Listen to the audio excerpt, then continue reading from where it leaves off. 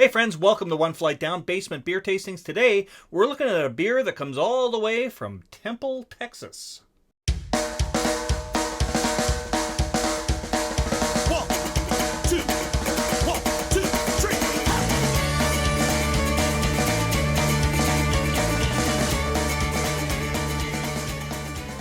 All right, so today's beer comes to me courtesy of my brother John, who was recently down in Texas. I think he spent like a month down in Texas.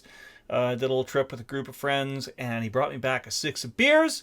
Not from the brewery that's on the hat. That's another brewery he visited. This one is from a place called BJ's.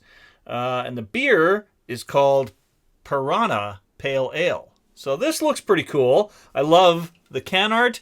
The art on all the cans that were in this six pack, all pretty cool. The overall design is really neat. So I tried to look up a little more about this brewery in Temple, Texas. Turns out it's part of a regional chain. There seems to be a number of BJ's restaurant breweries in the U.S. or in Texas specifically. And so he brought back some of these. I'm going to check one out. I have never tried, I think, any beer from Texas, never mind this brewery. It's 5.7% alcohol. What else does it tell me? They've been brewing beer since 1996. It's 12 fluid ounces. Yeah, that doesn't really give me a lot of other information. Before I pour this, I just want to point out, too, that John is the guy who created the One Flight Down logo.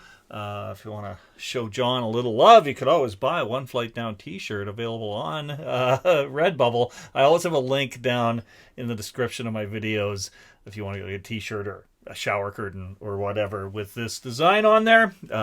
There's some variations on the design and even a shakluk shirt as well if you want to get that. What's a shakluk? That's a shakluk. All right, so let's pour this one out.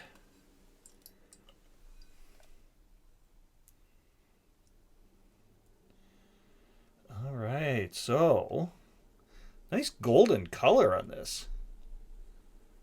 Picked the right glass, too. It seems to fit this 12-ounce beer just perfectly. So, yeah, take a look at that color. Quite active beer, too. A big upside-down snowfall. As my buddy Drew at Beer for Breakfast, Facts for Snacks would say. Yeah, that is a very active-looking beer. Almost copper color in a way. Let's check what it's like on the nose. Well, I'm getting some fruity notes on the nose. Yeah, it's a pale ale, right? It's not like it's a pale ale. It's not like a fruity IPA of any kind, but I guess it's got some hops that have a fruit profile to them. Yeah, let's go in for a sip. Cheers.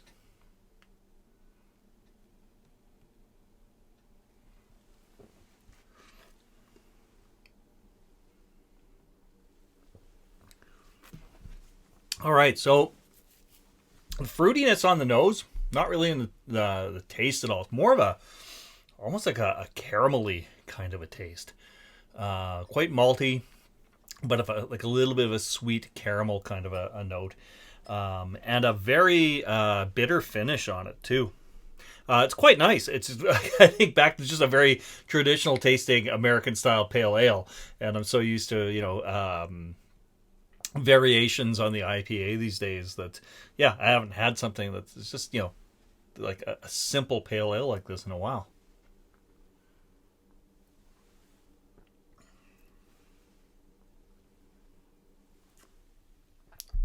That's not too bad. The mouthfeel is fairly smooth. The body on it is a bit on the heavier side. It's not a bad beer. It's not something I could drink a lot of in one sitting, but I'll gladly finish this off. It's quite decent.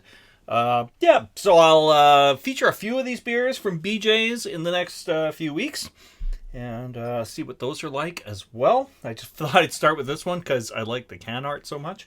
So again, thank you very much, John, for providing this beer for the show. for the hat from the other brewery you visited, and all the other gifts you brought back from Texas.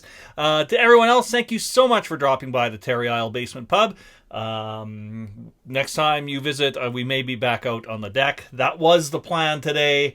It was a beautiful day for a beer until basically my work day ended, and then a big thunderstorm, and had to come back down to the basement. So probably be back outside in the near future. Anyways, thanks again for dropping by. Cheers, everybody.